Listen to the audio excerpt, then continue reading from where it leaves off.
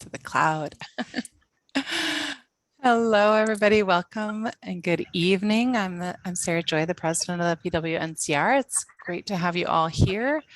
We have with us Natalia and Gail, Natalia Hidalgo Morillo and Gail Nystrom. They're going to be sharing with us about what's happening right now with Venezuelan migrants who are coming into Costa Rica. Natalia is herself an immigrant from Venezuela, and she has a successful business here in Costa Rica, and she's very active with international organization. I think she'll tell us a little bit more about that. And Gail is the founder and director of the Costa Rican Humanitarian Foundation, which does amazing work, including for migrants here in Costa Rica. So I'll turn it over to you, ladies. All right. Well, thank you so much for coming today, right, to this important topic. Okay, so I'm going to share my screen so I can show you a little bit more. Okay. Okay.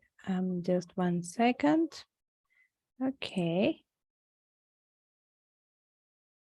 All right. Okay. Okay, 1 second, please. Okay. Oh, I think I just closed the wrong link. So, okay.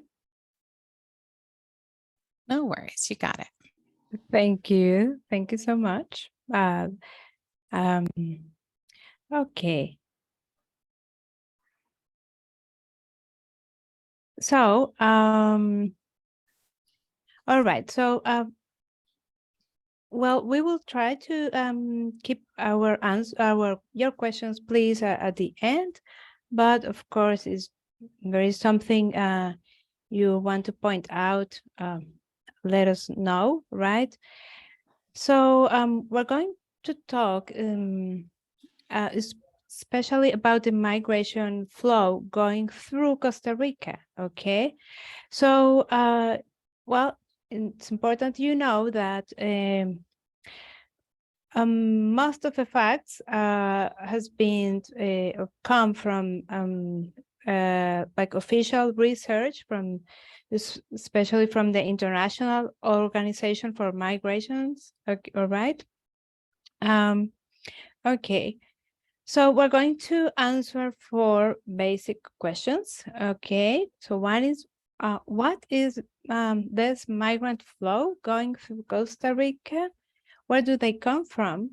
What is the institutional response in Costa Rica? And, well, how can we all help? All right. So, well, just to some basic facts, right, about the migrant population in Costa Rica. Okay, so the country in the full population or total population, it's over 5 million people, as we all know. And 500,000 people are immigrants, which represents over 8% of the population. And, well, as you probably already know, the represented nationalities are Nicaragua, Colombia, the United States, an important number from other Central American countries like El Salvador and Panama. And now we have in the 5th place Venezuela, right? They're Venezuelans, okay? So we're going to talk about the recent research done by the IOM, from the International Organization for Migration. So I will go straight to the most important conclusions, okay, from this study. It was around 3 months ago, and it included more than 1,000 people coming from the border, the Panama's border. All right. So what tell us this study? Okay, or what does this study tell us? All right. So first thing is that 70% of these migrants that come, let's say, on foot, right, with no money or almost very little money. Okay, 70% just wish to stay 1 day or less in Costa Rica, and they, in fact, they truly wish to get to the U.S., right? They have suffered a lot through this journey, and we are talking that at least 50% are young men from 26 to 35 years old, and we have a growing number of Venezuelans, and still Cubans, migrants from Haiti, Senegal, and other countries. Over 90% voluntarily check themselves at the United Nations checkpoint they have in El Darién, right? And most of them pay for a bus ticket from that point to get to the at least to get to the Costa Rican border. Okay, so let's say unofficially, we know it's a $40 ticket to get to the Costa Rican border, and they have to afford this ticket the way, any possible way they can. So, and as I already said, over 70% are truly convinced that their final destination must be the US. Okay. So why do Venezuelans leave home, right? Why there is this growing number of people from Venezuela just, we say walking, right? Caminando to get to go north, right? Well, that's a very important question, because we say, why do they leave Venezuela? Venezuela has it's a big territory. It has the largest oil reserves in the world, great reserves in gas too, gold, hydroelectric resources, incredible natural resources. The country also has a long history of academic research and very high standards for universities and higher level education. So why, if you look at this, facts, say why are they living so desperately? So, okay, well, I will tell you the reason. Okay, let's see. Okay, I'm going to hide for a second this. Okay. So we have had a ruling party for 22 years now, and when this ruling party came into power, we were the country was producing 3.5 million oil barrels per day, and we were very proud of it. It was an important fact, even at schools, right?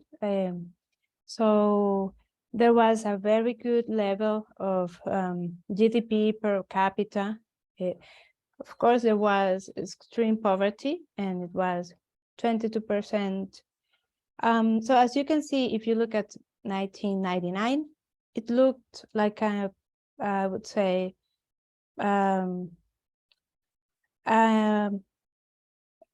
still a place where you could live, right?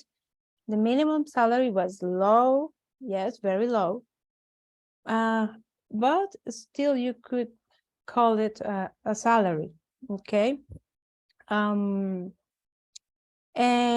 But 22 years later, well, we have a totally different country, okay? The oil production has dropped dramatically. We have a GDP per capita that is going, that is decreasing dramatically too. And the most painful fact is that extreme poverty is over 70% of the population, right? It's 70% cannot meet their basic needs from day to day. And the inflation rate is like unbelievable for anybody on this planet.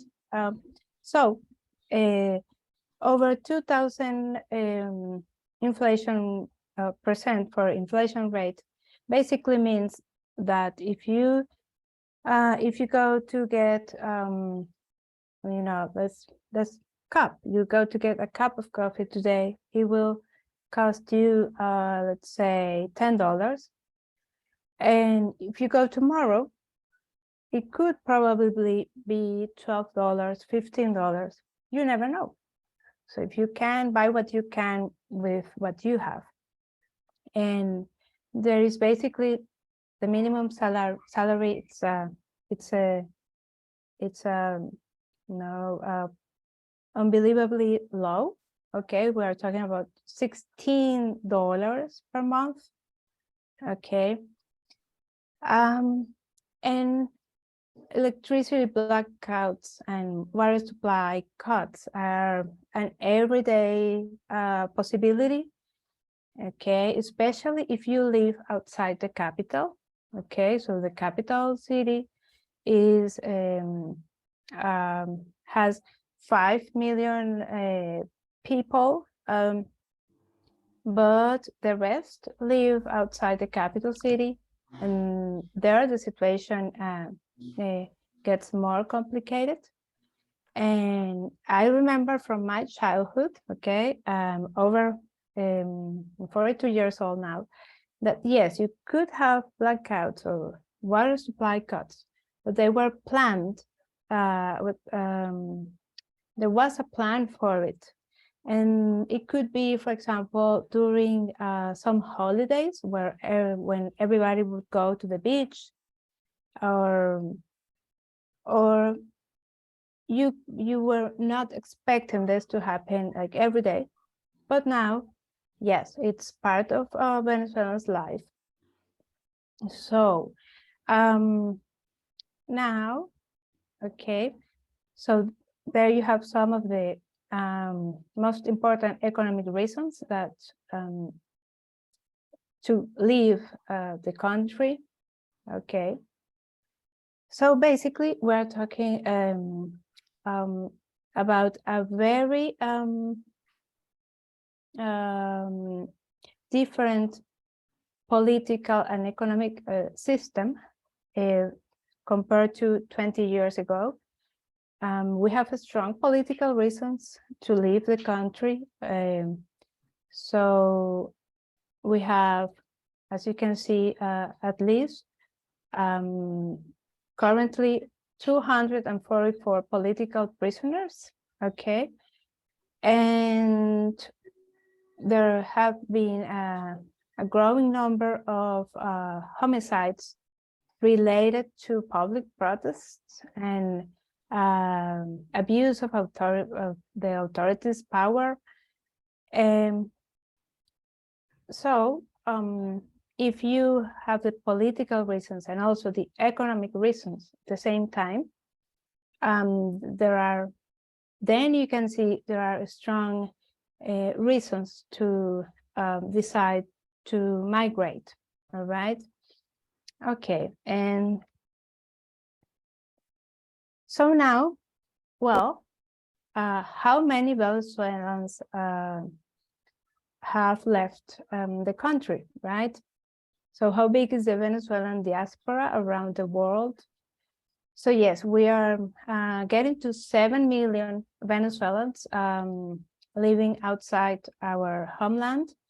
And in 2018, we had 1.2 million Venezuelans abroad, outside Venezuela, and that had left the country recently due to the humanitarian crisis, and 6 to 8 million are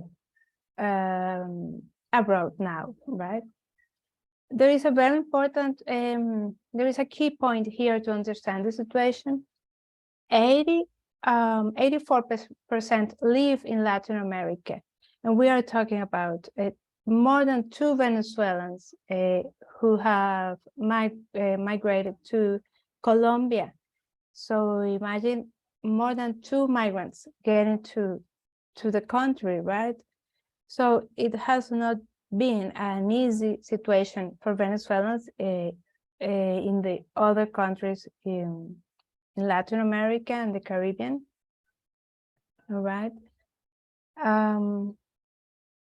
Okay.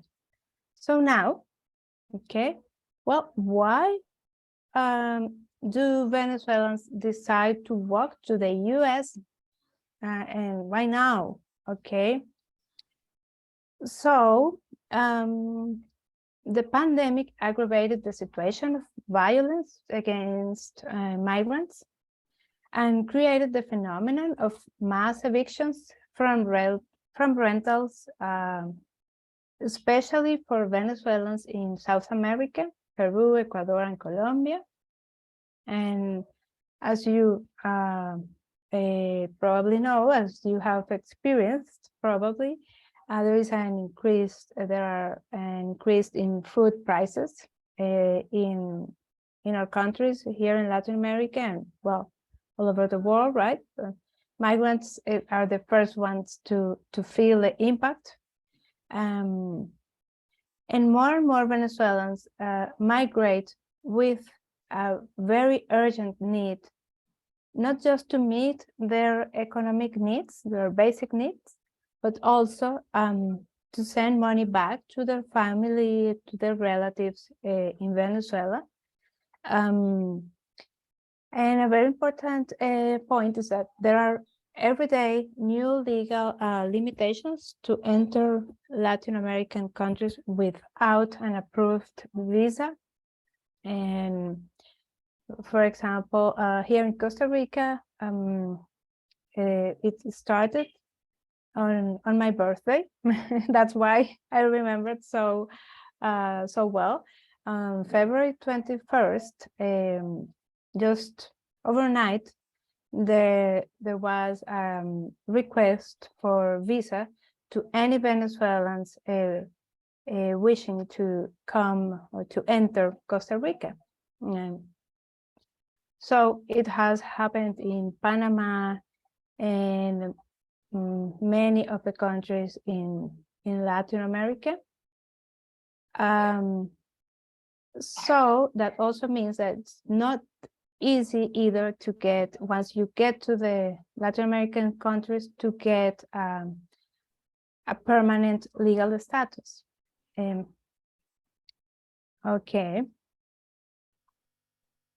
So it has made it difficult, and let's say, maybe I'm sure it's a soft word, but to put it in a soft words, it's been uncomfortable, right, to be a migrant in our countries. Okay. So okay, just a second, I think. Okay, I have this slide that I think it's very important. It's about my personal talks with Venezuelans willing to go to the US, and they say, my children will be bilingual, okay? Many Venezuelans don't speak English, but many Venezuelans have a good level of education, at least a high school degree. So they know enough, and they know English is crucial for their children's development. So that's an opportunity for children to learn English and achieve a good educational level through the public school system in the US. As they know, they will not be able to afford a private school in Latin America for their children to learn good math, good English, etc. So, as we already said, 6 million Venezuelan migrants all over Latin America. It's a big number, and especially because nobody thought, or not many people thought, the humanitarian crisis in Venezuela could scale so high, right? Being a country with so many natural economic resources. So yes, it's if you calculate, then you get it's difficult to access jobs for everybody and public services in this just like a tsunami of people. So Venezuelans think, well, if I go to the US, there is access to a big number of jobs, and it's a place where I can find more financial resources, and we look at it and we feel it's a more scalable economic system. There are more opportunities no matter who you are. So that's what Venezuelans believe. For those especially walking to the US, all right? Okay, so what happens once they get to Costa Rica? Okay, so most of them are able to get on a bus and get to the terminal 710, and there is a private effort by Obras del Espíritu Santo, and they have received, of course, donations and funds to have a sleepover point. I think it's a good definition. It's a refugio. It's and the idea is that they go to there to rest if they don't have the money to get on a bus to get to the Nicaraguan border. Okay, so in that way they don't sleep at the terminal. Okay. Okay. And well, what is the migration route that they take? Well, believe it or not, right? Venezuelans are, when they get motivation, anything is possible. Venezuelans don't like political wars, let's say. So that's why over 6 million people just said, okay, we will leave. We will not die fighting for our beliefs. So it's the thing is that Gail will tell you about it. We naturally are very Pacific people. So, well, there are many Venezuelans in South America, and many of them have also said, okay, I will go north and I will get to the US.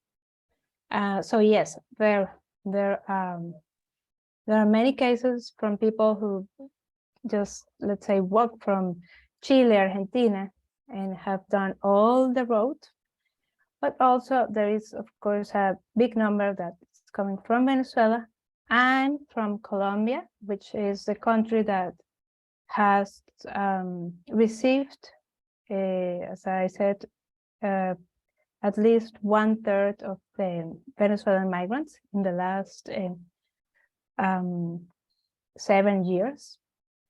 Okay. Okay. So as you probably know, there are many risks associated to this illegal path to the US. Okay. So the migrants risk, of course, everything. They risk their lives and their integrity. The psychological, physical consequences are devastating, and especially for children. The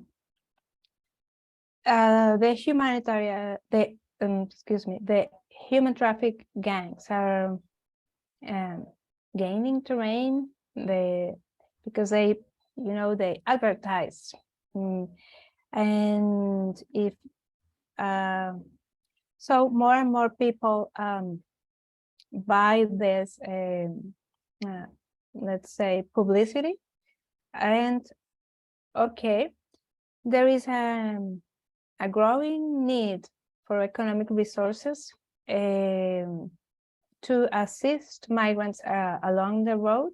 As Gail will tell you, it's a big bill, right, to assist these migrants as they have their basic needs there to be filled, like to be covered, like food, medicine, even clothes. They need everything. Jeez. Right? There are not strong. Okay, this is the growing. This is our worry that we have now. There are no strong studies, or at least know that we know by now, to determine what percentage of the migrant flow coming through El Darién holds a criminal record before they cross countries, right?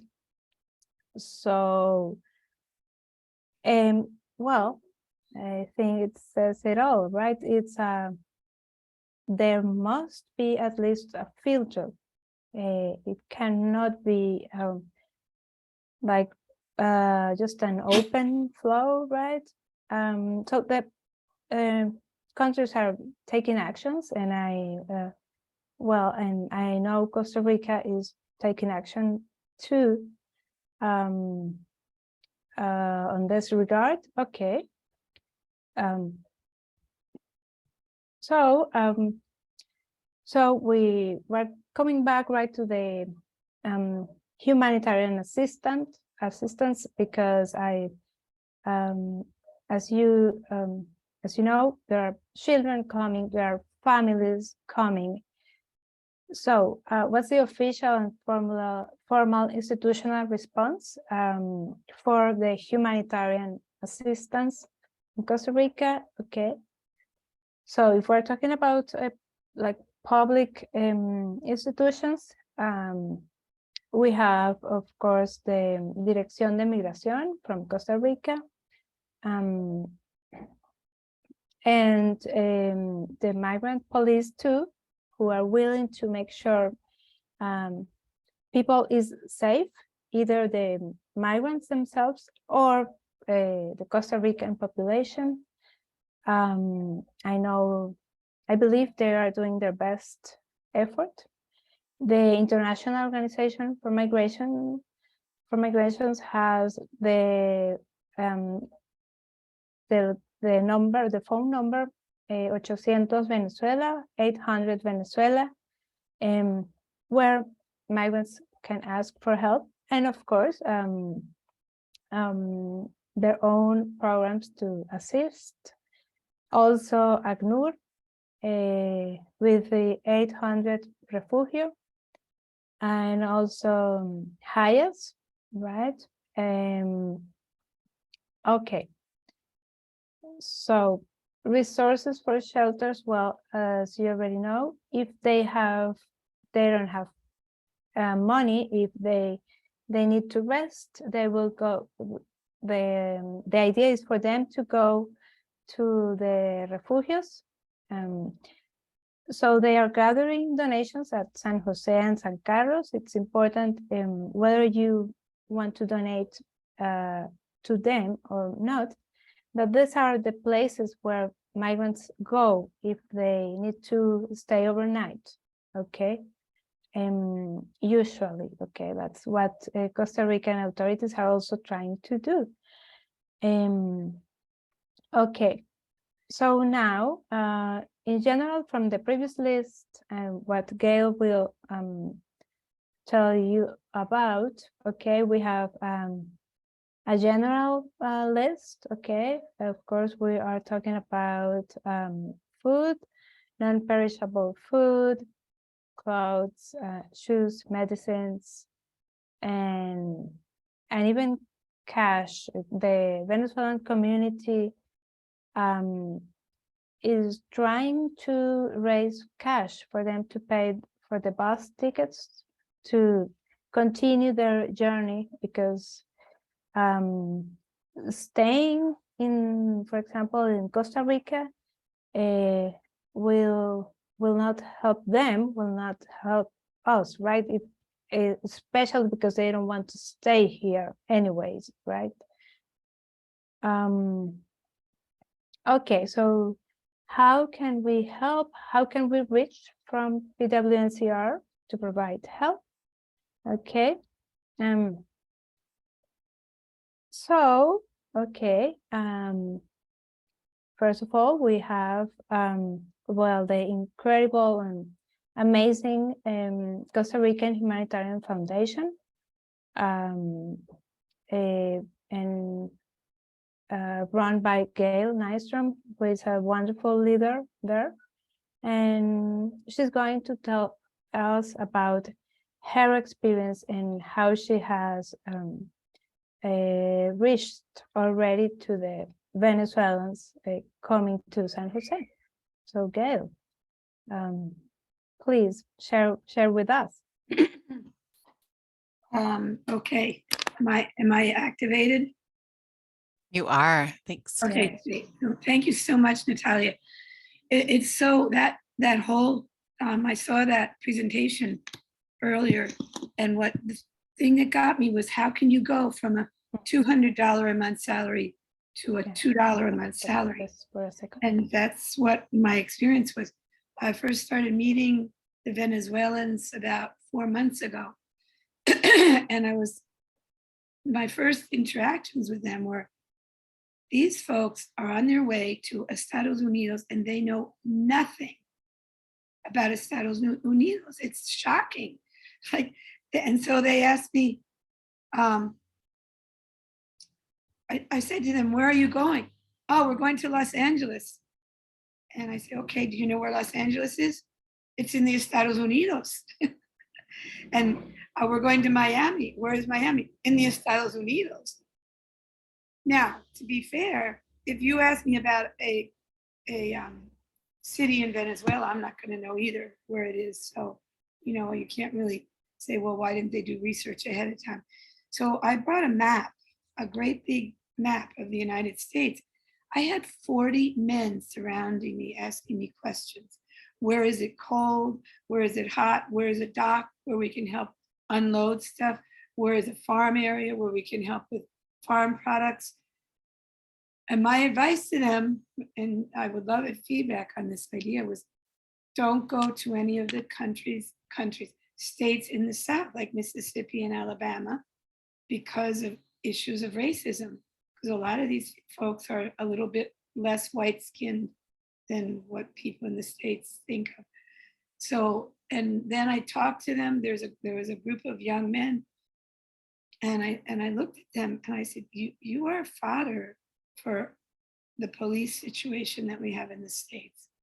And so I gave them that talk that people of color have to give their kids, you know, stand straight, don't move, don't put your hands in your pockets. Anything they say to you, you say, yes, sir, yes, sir, yes, sir. And they were just like, oh, thank you so much. So, okay. I also talked to them about why they want to do this. And what impacted me so much was this 13-year-old boy. He looked just like he came from Escazú, right? He had glasses, he was clear skinned, his hair was cut. He looked like he had a really good education. And I said, why are you doing this? And he said, para tener un mejor calidad de vida. I want to have a better quality of life. So, you know, we don't know what, for example, what did their house look like that they came from? You know, I think a lot of them came from multifamily apartments and something like that. I don't know. But the other thing is they are not greedy or needy greedy, which is they don't say, oh God, we need shoes, we need this, we need that. It's anything that you can give us, we will be happy to receive and use. And they're very low key, like Natalia said, they're very Pacific. Nicaraguan refugees who I've worked with and Salvadorian refugees and Haitian refugees, they tend to be more aggressive and more like traumatized by war. These folks aren't traumatized by war and violence, they're traumatized by hopeless poverty. And so they're much more low key. I also appreciate that they seem very educated. So I made a note to myself that they're, let's see, they're too poor to get their basic needs met and too educated to be innocent. So that they're educated and they hold on to their education to get the hope of finding a better life. And so in some ways it's really sad because who knows what's going to greet them in the States? I mean, we don't know. Some people might say, don't go there. But if not there, where, you know? So also, they're not, what I found, when we go to give out something, they're not egocentric. Like usually a leader, a self-appointed leader comes over and calls over people and says, here's your this, here's your this. We've been giving out sandwiches and bread and food that we can get. You can't give them food that they need to cook. So you can't give them rice and beans. And I don't think canned goods, I don't know about canned goods. I mean, because there's a can and then there's a fork and then there's a throw away the can. I don't know how that would work. So we're gonna go tomorrow, Vicky's gonna go with us, and we're gonna give out 200 sandwiches wrapped in paper towels because we don't wanna have plastic to deal with, and we'll just take the paper towels and put them back in the trash. We're gonna give them juice or milk, and we're gonna give them potato chips because, you know, when you're hungry, a salty thing maybe tastes really good. And then we're gonna give them like some sweet thing, like a little cookie or something like that. But mostly for me, because I've worked on the streets for so long, and I mean, giving food is what most people do, but I'm gonna reproduce a program I did with street people years ago, which is I'm taking paper and crayons. And I want to gather the kids and have the kids draw and color and paint, because color, art, expression, creativity is part of mental health. Also, I've been hearing a lot of testimonies by the people about people die on the way, like the old lady that can't make the trip or the young child that gets an illness. They have to just leave them there in the jungle. There's nowhere to bury them. There's no way they can carry them. And so they just leave them there. So the next wave that comes in is walking through all these bodies, all these dead bodies. It's like they say that if there's a hell on earth, the walk through the Darien is hell. And then they get to a Costa Rica where, thank goodness, the institutions are supporting over the Espiritu Santo is supported by the Catholic Church. They have lots of resources from the church. So they're doing a good job. I don't know, I'm thinking maybe if someone would allow us, we might do a little bit of a shoulder massage, and just some kind of very respectful touch. The guys, when they come over to you, I'm used to, sort of a little bit more drug addict kinds of street people. But when they come over to you, they are so polite. They're just perfect gentlemen, and the women are very quiet and they look at you with their baby in their arms and they just look at you. And you go, okay, what can I do for this child or this baby? So, let's see. Okay, about the idea of prisoners. Oh, I know. Okay, there's two things. Okay, you remember when Castro opened up the jails and there was that rush to the United States, right? And it was, the prisoners, the murderers. Okay, I have not met one person that I would consider a delinquent or a threat to society, not one. And they help each other out.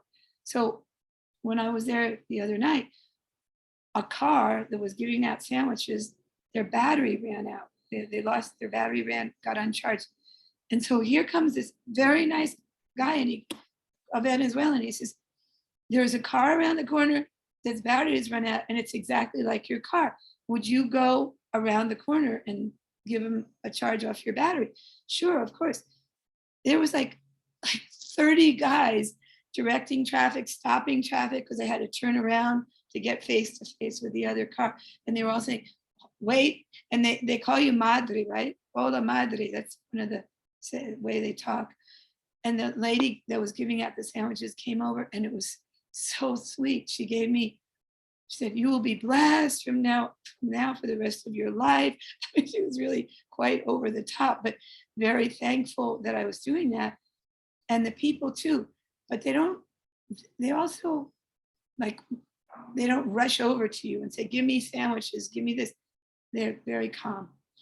And then I think the final thing that I want to say, and then I'd like to ask for questions and ideas.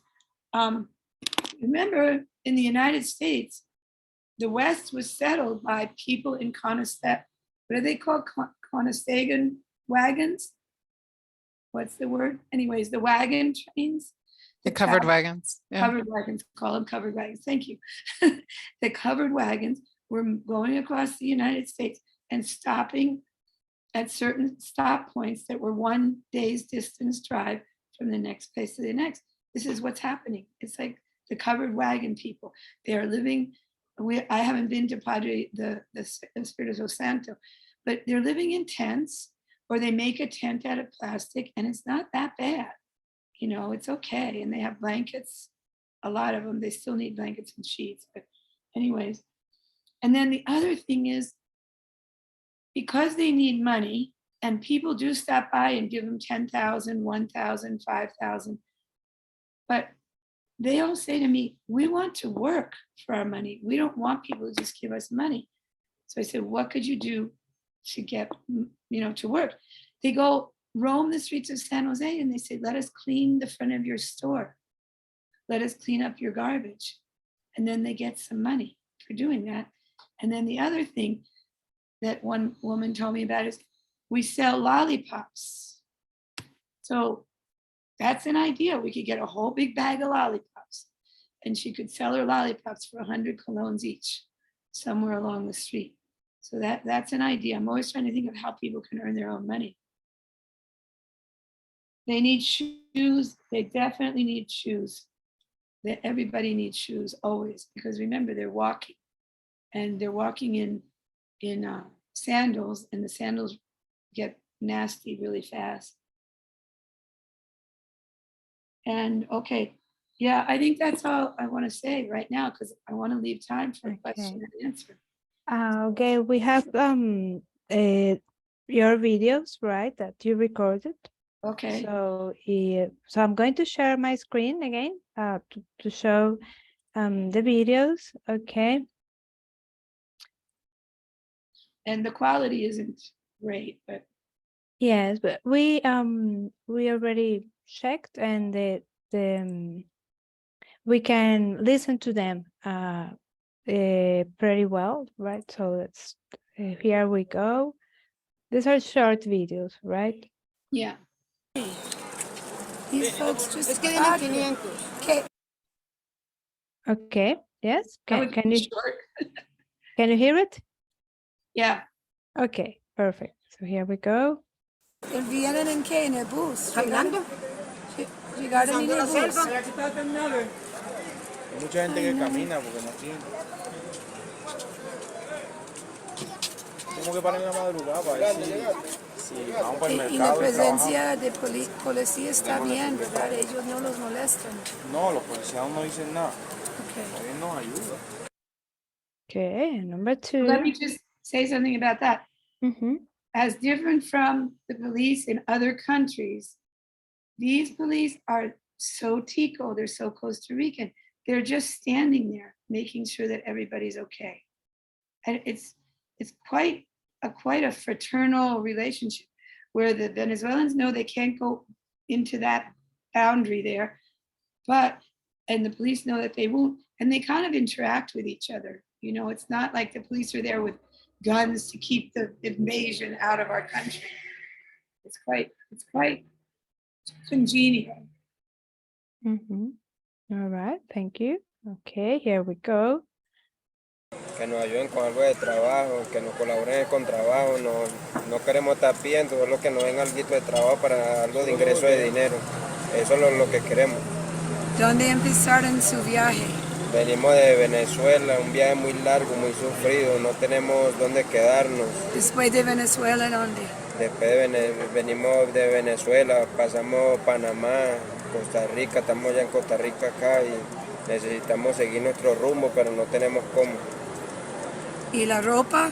Y no tenemos cómo cambiarnos. No tenemos nada, tenemos 4 días con esta ropa. ¿Y zapatos?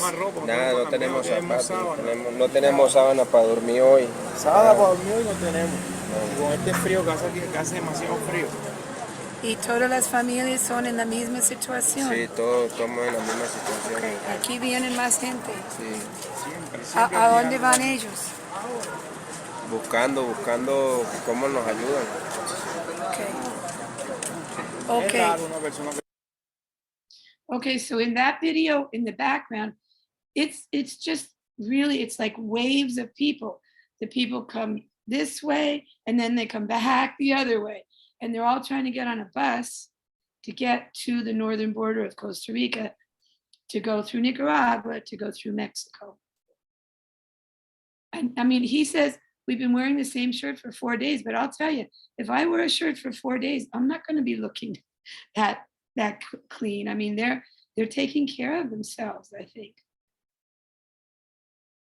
Yes, thank you, Gail. And just before we go to the questions, I just wanted to Que nos ayuden con algo de trabajo. These folks just okay, I just wanted to introduce to you just really quick my other project where I'm working on at the moment.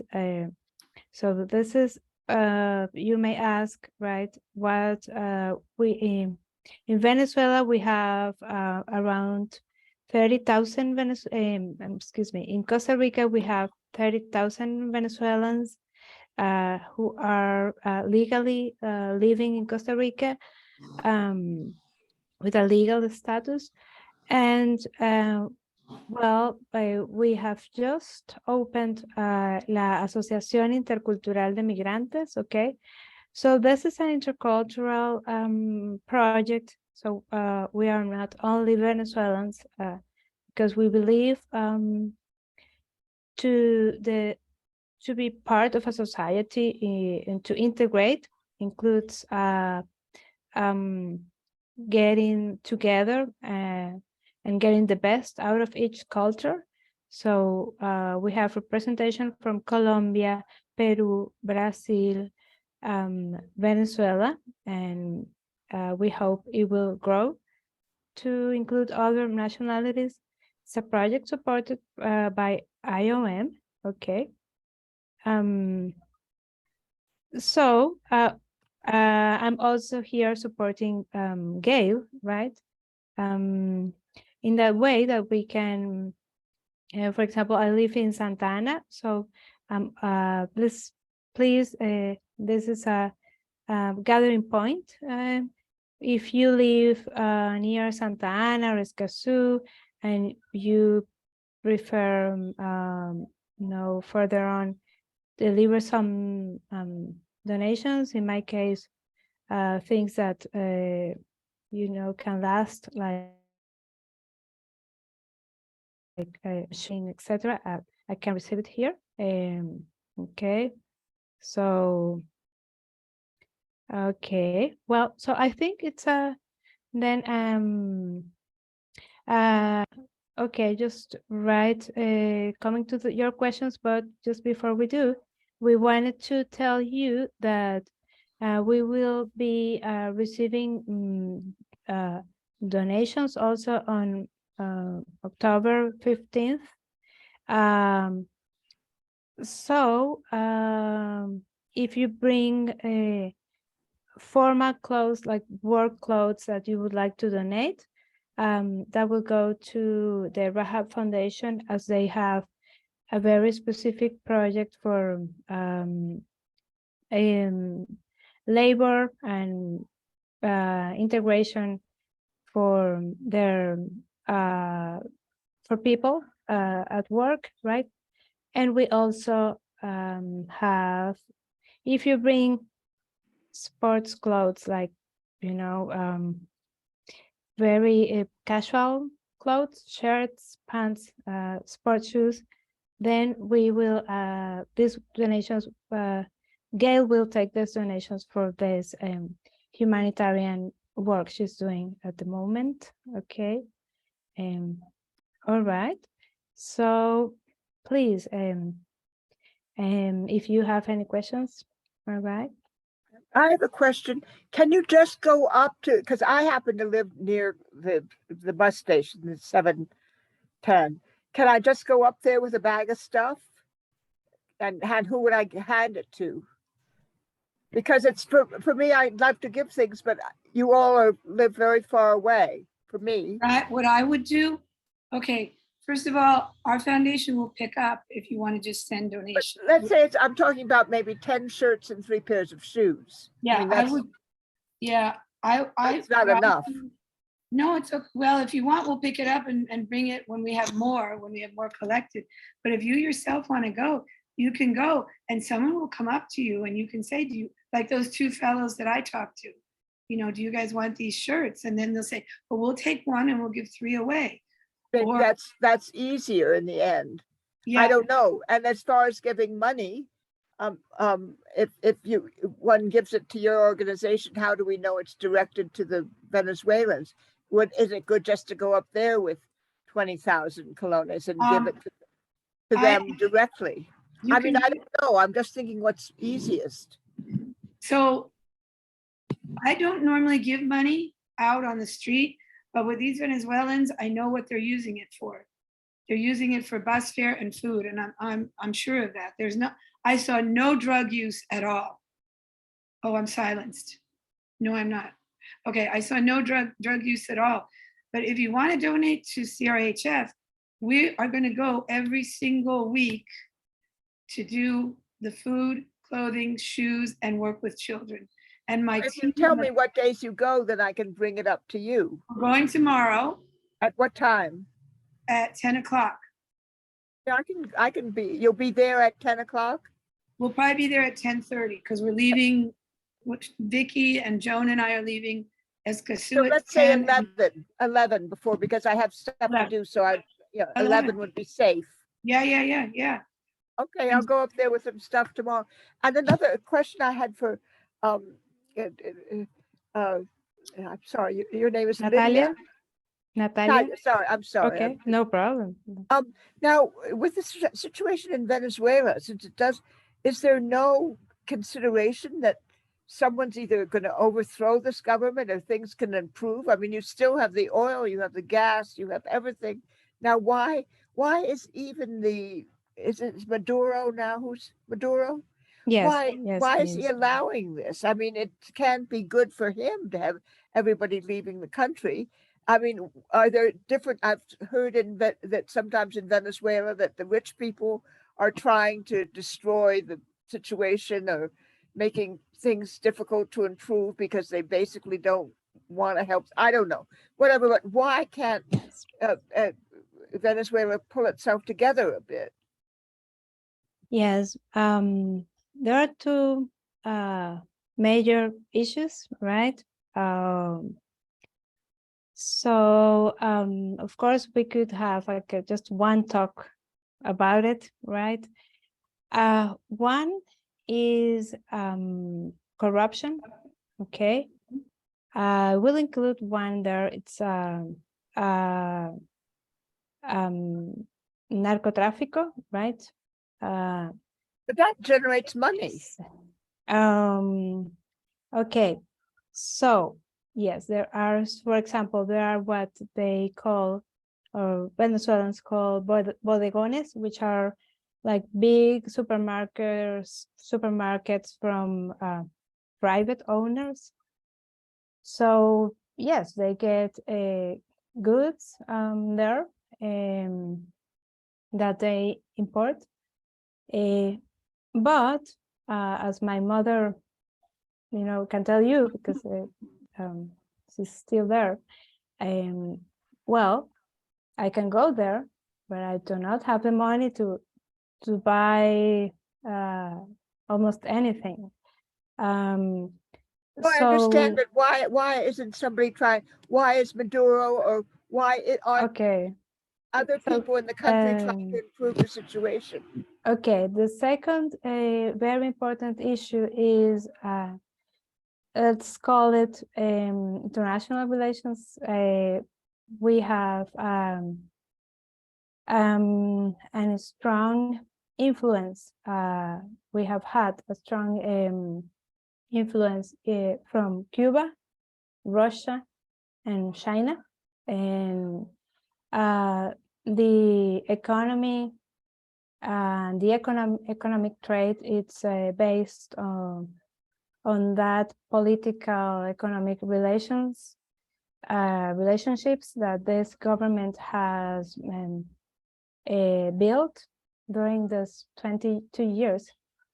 So even as we have had protests, but we know it's from a long time, it's not our just our internal fight anymore.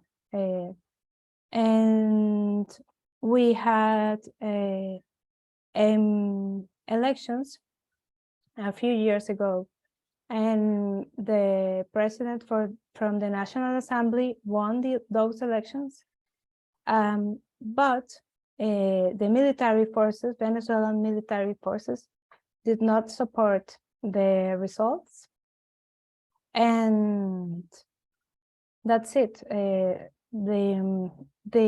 were only two solutions. One, to start an internal war, which the opposition party knew will not be good and will not be won without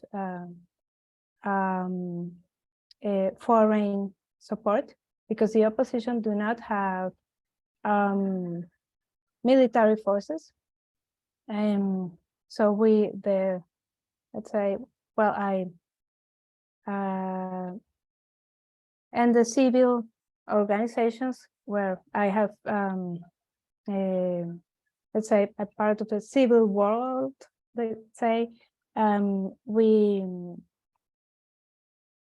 we knew that there was no a pacific way to argue and to fight against the militaries. So we know there is more than just an internal political discussion, and it's from a long time ago.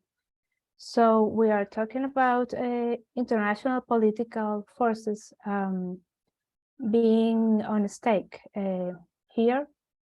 And this president that won,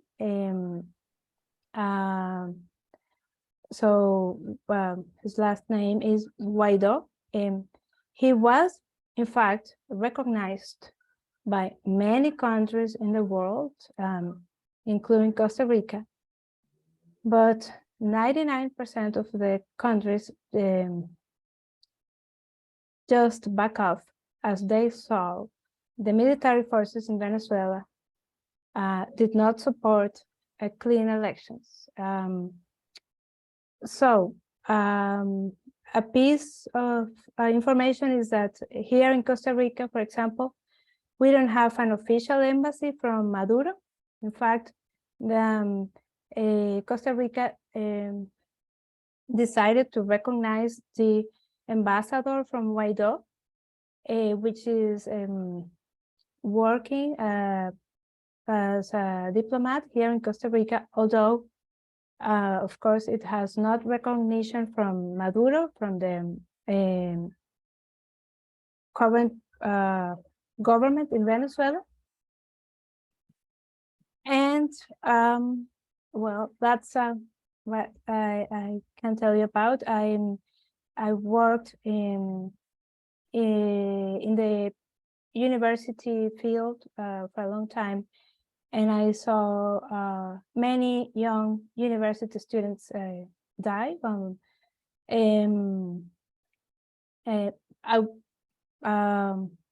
I also raised my voice and I went to the protests, but we didn't want more young people, young Venezuelans to die, because they were so young, so energetic, so full of belief for human rights, and they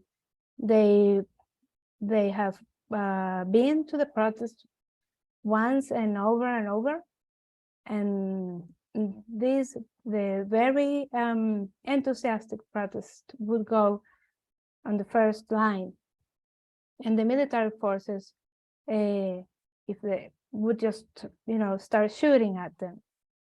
And so and that's something that we cannot accept. So all of us who are not who do not agree with the current ruling party, we needed to back off, because there was not an even fight, and that's what I can tell you. Well, it doesn't seem like it would be very helpful for the military. I'm sure it's having this terrible poverty isn't good for anyone. So I'm just, somebody who said up here, is it a lot to do with the American sanctions? Oh, no, please, no, not at all. Please.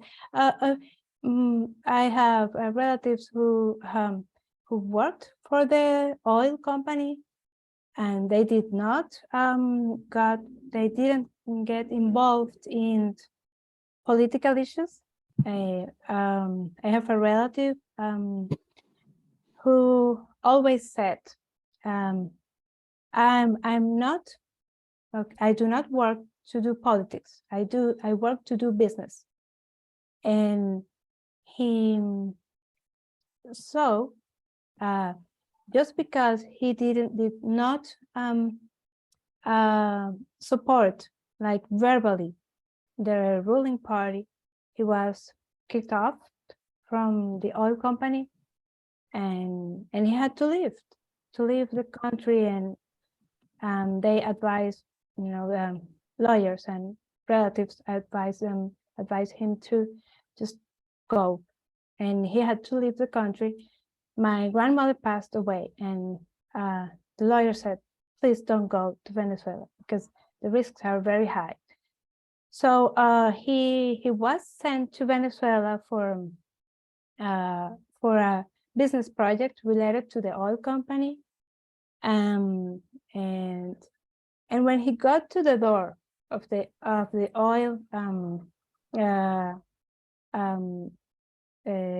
building, let's call it a PDVSA, which is a national company, and he was able to say hi because he was a very well-known man there. And they said, "Hi, engineer. It's nice to see you.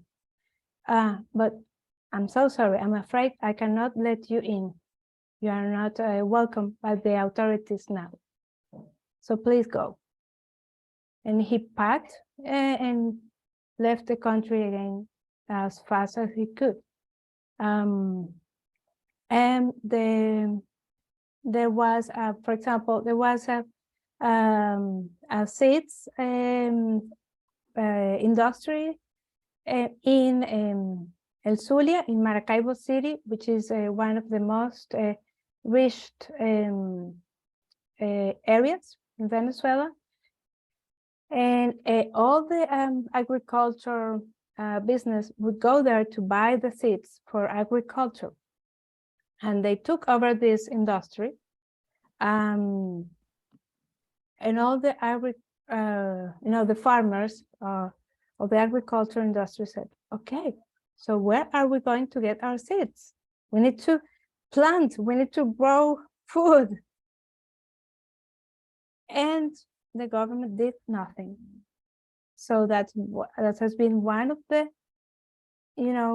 most dramatic points that we said. Well, we say, why are you going against ourselves? This is not the way. This is not the historic and cultural way of Venezuela. So these ideas are not coming from Venezuelans. And so I can tell you so many examples. There was, for example, from another relative, mushrooms plantation in the Andes region of Venezuela, and it's a nice plantation. They live there. Again, business people. They would not get into politics. And once again, the government came, took over the farm, and said, "Okay, we are not longer the owner of this farm." And we said, "How come?" So they left. So once again, we prefer our lives, our physical integrity, and we will leave. And there are no more mushrooms on that plantation anymore. So why are they just having this economic destruction way to act? That's what we don't know, right? So and unfortunately, there haven't been enough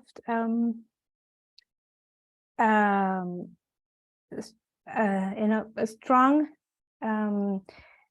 political and economic, let's say, political enough efforts to change or to support clean elections in Venezuela. And I believe the world did not expect this to go so far away, to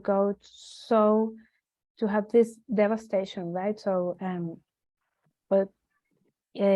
so those who have left the country, we know, we have known this for a long time, but it's happening every day, and devastating changes. So I always say that even if you're Venezuelan and you are still in Venezuela, you probably feel like a foreigner, because it's not the country where we grew up anymore. Okay, and I can tell you, I was telling Sarah and Victoria and Gail the other day that, for example, my husband comes from a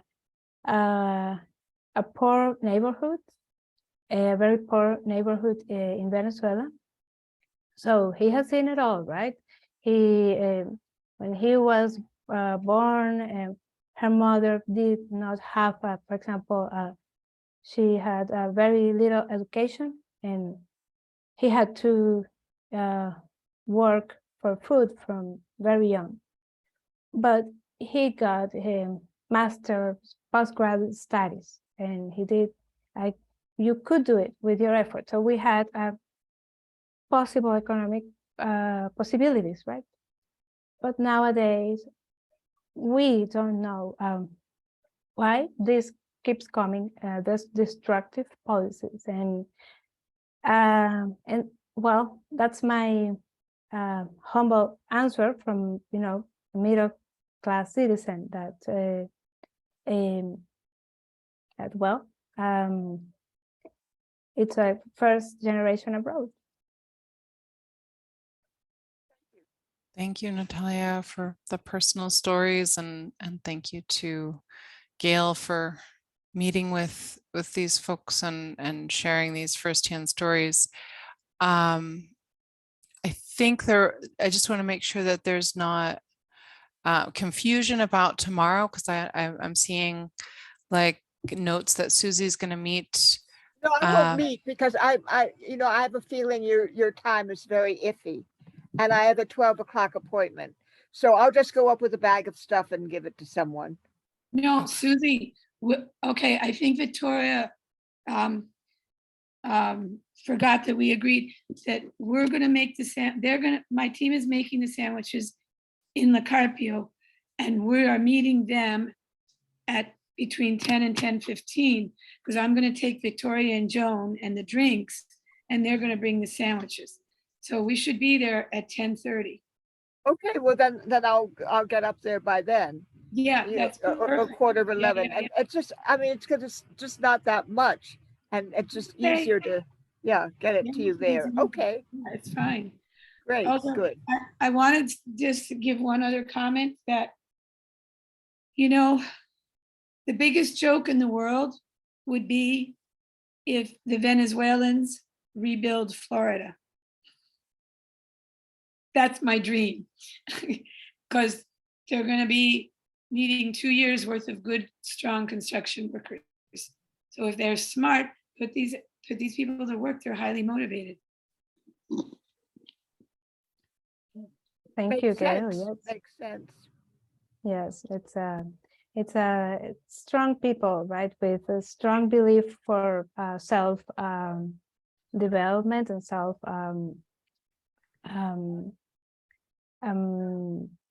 motivation to get a better future, right, and for themselves, for their and a very family-oriented people, right? Our Venezuelans are. So I'm with you, Gail. Yes. Yeah. Now, Natalia and Gail, what is the best way, after after tonight, what is the best way to reach you? I can send out a follow-up email perhaps with details, but we need to make sure that the right the people that want to connect and donate money, make donations, that they have the right connection. So I did put Gail's WhatsApp number in the chat. Okay. Is there anything else that we should know? If you want to donate money, you can go to the CRHF.org, CRHF.org, and there's a place there where you can make donations. Yeah, I'll share my screen to show the contact information. And then as for donations, I mean, we have 3 pickup people that can stop by your house and pick up your donations. So all you have to do is call me and at my 839-04192, and then we'll send someone over there to pick up. And you 100% guaranteed that it's going to go to Venezuelans. Okay, we don't days VR money. We don't put money in other places. We know this is for the Venezuelans.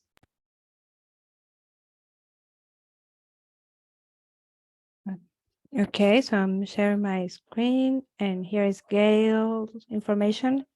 And well, in my case, any donations will go to Gail, as I'm not on the field as often as I wish. And I also volunteer for El Apostolado Coromotano, which is a volunteering group related to the Catholic Church here in Costa Rica. The Apostolado Coromotano, it has been founded by Venezuelan migrants. Whether to Gail or to Maria Fernanda Chacín Lorenzo, they will be able to provide the donations to the migrants. Okay, and I wanted to tell you also that myself, please let us know, and I'm sure Gail too, if there is any space where you want us to talk about it. Could be your workplace, your church, your community. Okay, just let us know. We will be there, because naturally there are so many questions, and well, this is one of the ways I'm volunteering to talk about who they are and the humanitarian reasons why they are here.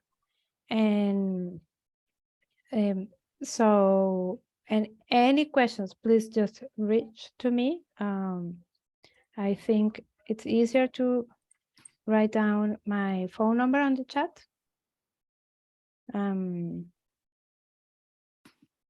Okay.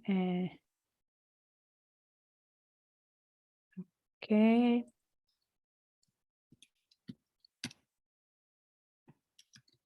Yeah. Victoria, you had mentioned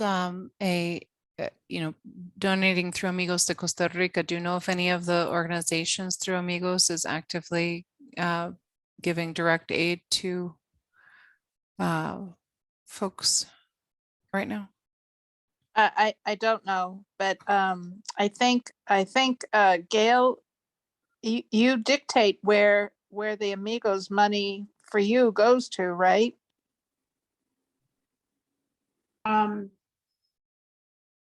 Yeah, of course. No, it's well, you've tagged your donation. You Right. yourself. So it goes to the food for the people in the Carpio and the Venezuelans. That's where your two choices are. So I guess, Gail, what Sarah Joy needs to know is that people who donate through Amigos need to say where they want their money to go, and you will always honor that. Yeah, or they can just tell me, like you did. I mean, you just said, Gail, I want to help the Venezuelans in the food program.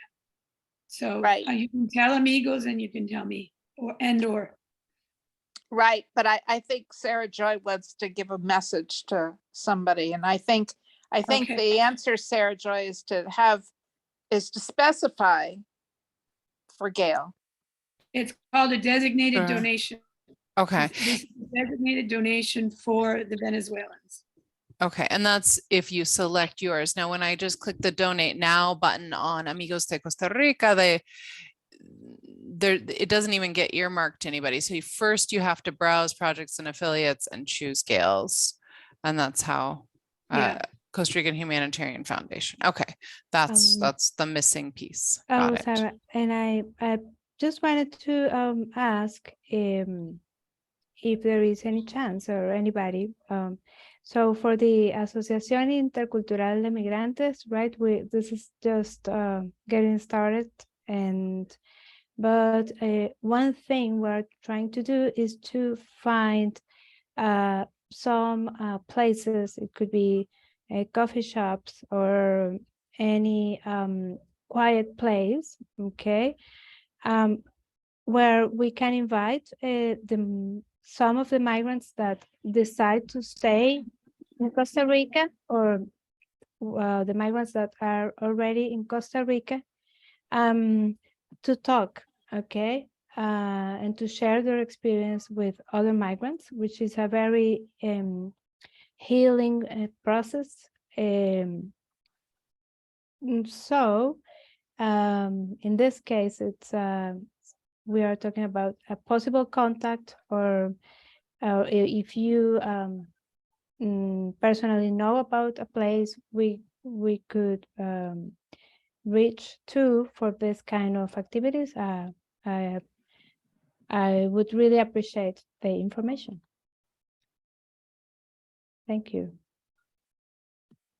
Thank you, everybody, for being here. I know some people had to leave early, so thank you to everybody who showed up. Thank you for people who will watch afterward, because it's such an important topic, and for the passion and dedication that Natalia and Gail, you are both showing. It's inspirational, and we really appreciate your time in explaining what's going on, because it's just been something we've been hearing about, but not knowing the full story.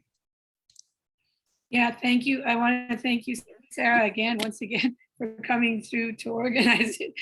I thought you said you were not going to be around for a while, but hey, it's so enticing, right? I mean, you did a great job as always. And Natalia, I loved your facts and figures that just, thank you. It validates what I see on the street. And so, and I see your figures and you see my on the street, and it works really well. So thank you. Oh, Yeah. absolutely. Thank you, Gail, for doing such a fast approach, and having the open arms, right, to reach to these people, like just are popping out like from nowhere. So I really appreciate it, and I as I said, it's I feel really lucky to know you, and I'm learning from you. So that's I could not ask for more as a Venezuelan migrant. So thank you. Great job, you guys. Thank you. Thank you. Thank Thank you for your interest and support, everybody. Thank you so Yeah. much. Truly. Okay. Thank you all. Have a wonderful night, and yes, let's see what we can do to help. Thank you. Thank you. Bye. Bye. Good night. Good night.